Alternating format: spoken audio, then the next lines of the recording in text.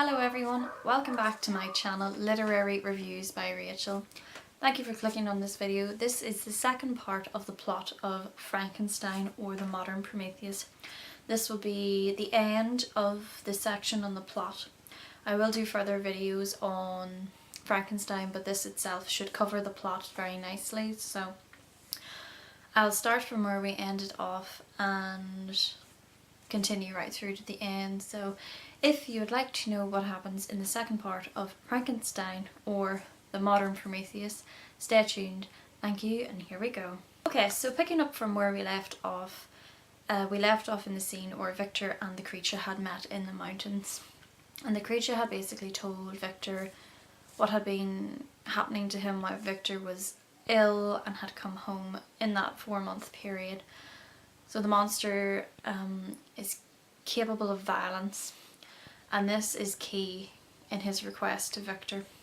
The monster requests that Victor make him a female companion, that the creature feels that he should have equal right to life and to a normal life, to a happy life, as any other human being should have.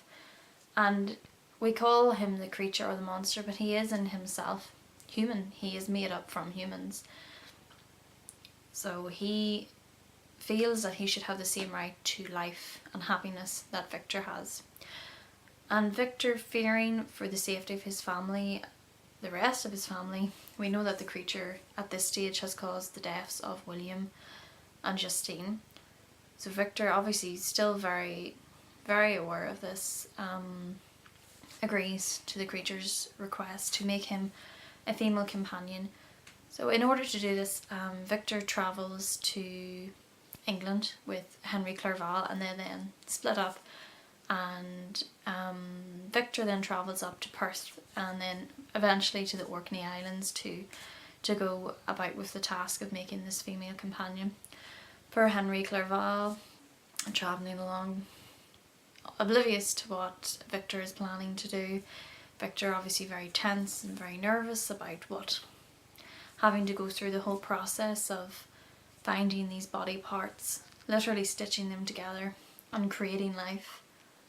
Another abominable life, I suppose, is probably what Victor would see. Another creature, another monster to be added to the one that he's already made.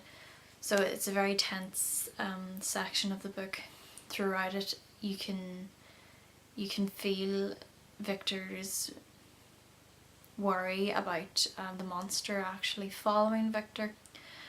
And when Victor then starts his creation, he is plagued by nightmares of these creatures, the female monster and the male monster, procreating and creating a wave of undead. And Victor then, in the middle of his creation, so plagued by these thoughts and worries, destroys the creation.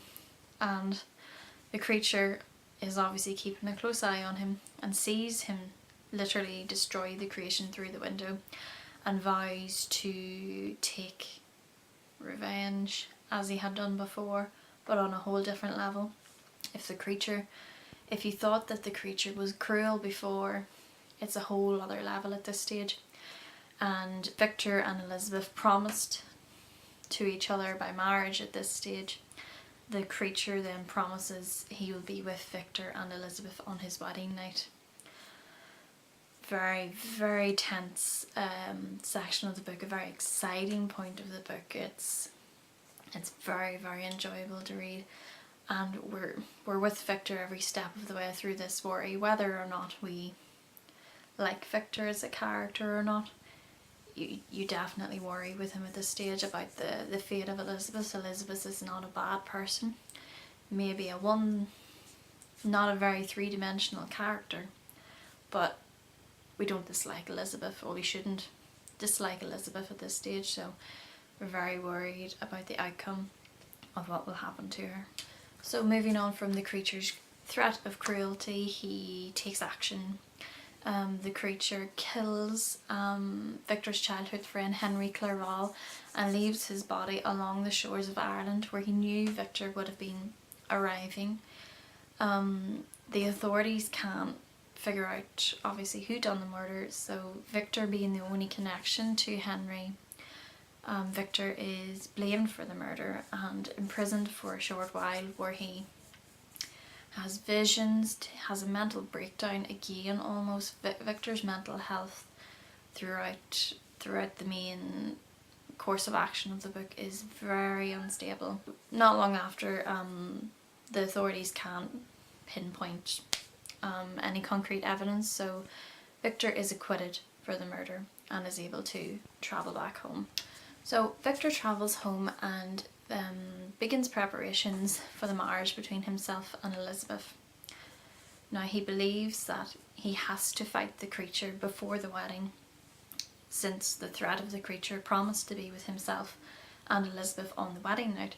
So Victor, all guns blazing, tells Elizabeth to stay indoors and he will go out and fight the creature and he will be back. He obviously doesn't tell Elizabeth where he's going, but he goes out in search of the creature. But unfortunately, things do not go the way that Victor had planned. So, quite cruelly, when Victor is out in the grounds of the house, he looks up to Elizabeth's window, and by the time Victor has been outside, the creature has broken into the house and murdered Elizabeth, more than likely in quite a brutal fashion.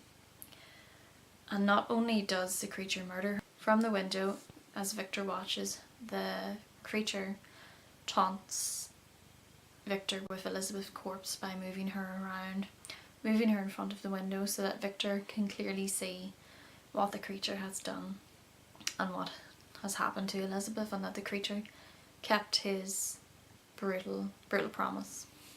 Sadly, after all the deaths in the family, Victor's father dies, and I think, ironically, this is the final nail in the coffin for Victor and how he then reacts to the creature. He has had enough. All of his family have died.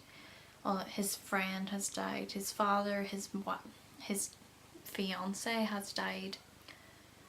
He has nothing left. Only revenge. Only bloodlust to kill his own creation. So this takes us back then to where we were at the beginning of the book.